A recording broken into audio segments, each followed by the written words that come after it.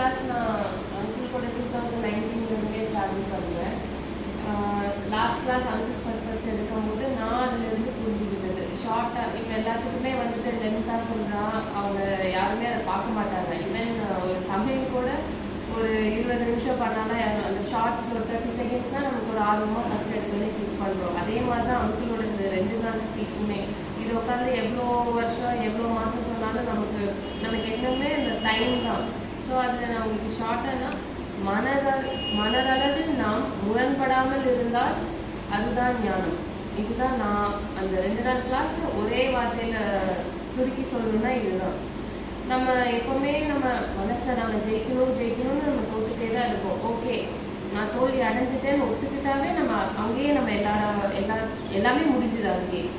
2வது மனதை 6 போல் ஓட விடுன்னு சொல்கிறாங்க. இது வந்துட்டு நான் ஒரு தடவை ஒரு வீடியோவில் பார்த்தேன். அது லாஸ்ட் கிளாஸ் இன்னும் சொல்லியிருந்தேன். ஒரு பொண்ணு வந்து இன்னொரு பொண்ணை தூக்கி அப்படியே ஆற்றுல போட்டுறாங்க. போட்டோடனே அந்த பொண்ணு அவ்வளோ கஷ்டப்படுது, தத்தளிக்குது, எதையாவது குடிக்கணும்னு பார்க்குது. அப்படியே தத்தளிச்சுட்டு அந்த பொண்ணுனால மூச்சுட முடியல, திருப்பி கீழே போயிட்டே இருக்கு அந்த பொண்ணு. அப்புறம் ஒரு கட்டத்தில் இதுக்கு மேலே ஒன்றுமே கிடையாது, நான் என்னால் முடியலன்னு கை காலை நீட்டாக விரிச்சிட்டு அப்படியே விட்டோன்னே அந்த ஆறுவே அது பாட்டுக்கு அதை ஒரு நிலையில கொண்டு போயிட்டு கரை சேர்த்துருச்சு. ஸோ இது வந்து ஒரு சின்ன எக்ஸாம்பிள் தான். அந்த 6 போல ஓட விடுங்கிறதுக்கு இதுதான் அந்த கான்செப்ட். மனதை கொண்டு மனதை சரி செய்ய முயலக்கூடாது. இப்போ நம்ம பண்ணுறது எல்லாமே அதுதான். நம்ம மனசை கொண்டே மனசை எப்படி சரி செய்ய முடியும்? நம்ம அதை ஸ்டாப் பண்ணிட்டாவே ஆல்மோஸ்ட் நம்ம எல்லா பிரச்சனைகளுக்கும் ஒரு தீர்வு கிடைச்சிடும். மனதிற்கு தானாகவே சரி செய்து கொள்ளும் சக்தி இருக்குது.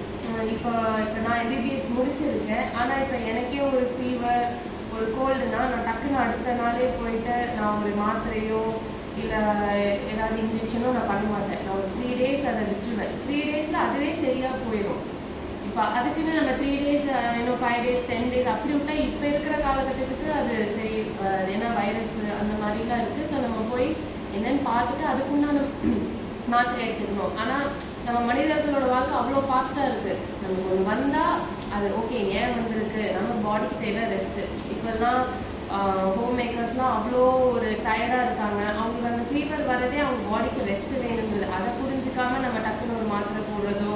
ஸோ அவ்வளோ ஃபாஸ்ட்டாக இருக்கும்போது நம்ம வந்துட்டு இந்த மனசும் அப்படி தான். நம்ம அதை எதுவும் செய்யாமல் இருந்தாலே அதுவே ஒரு கட்டத்தில் சரி செஞ்சுப்போம். ஏன்னா காலம்தான் அதுக்கு பதில் சொல்லும். நம்ம இந்த ஹீலிங் டைம் கொடுக்காம எல்லாமே வந்துட்டு டக்குன்னு சரியாகணும். இப்போ ஒரு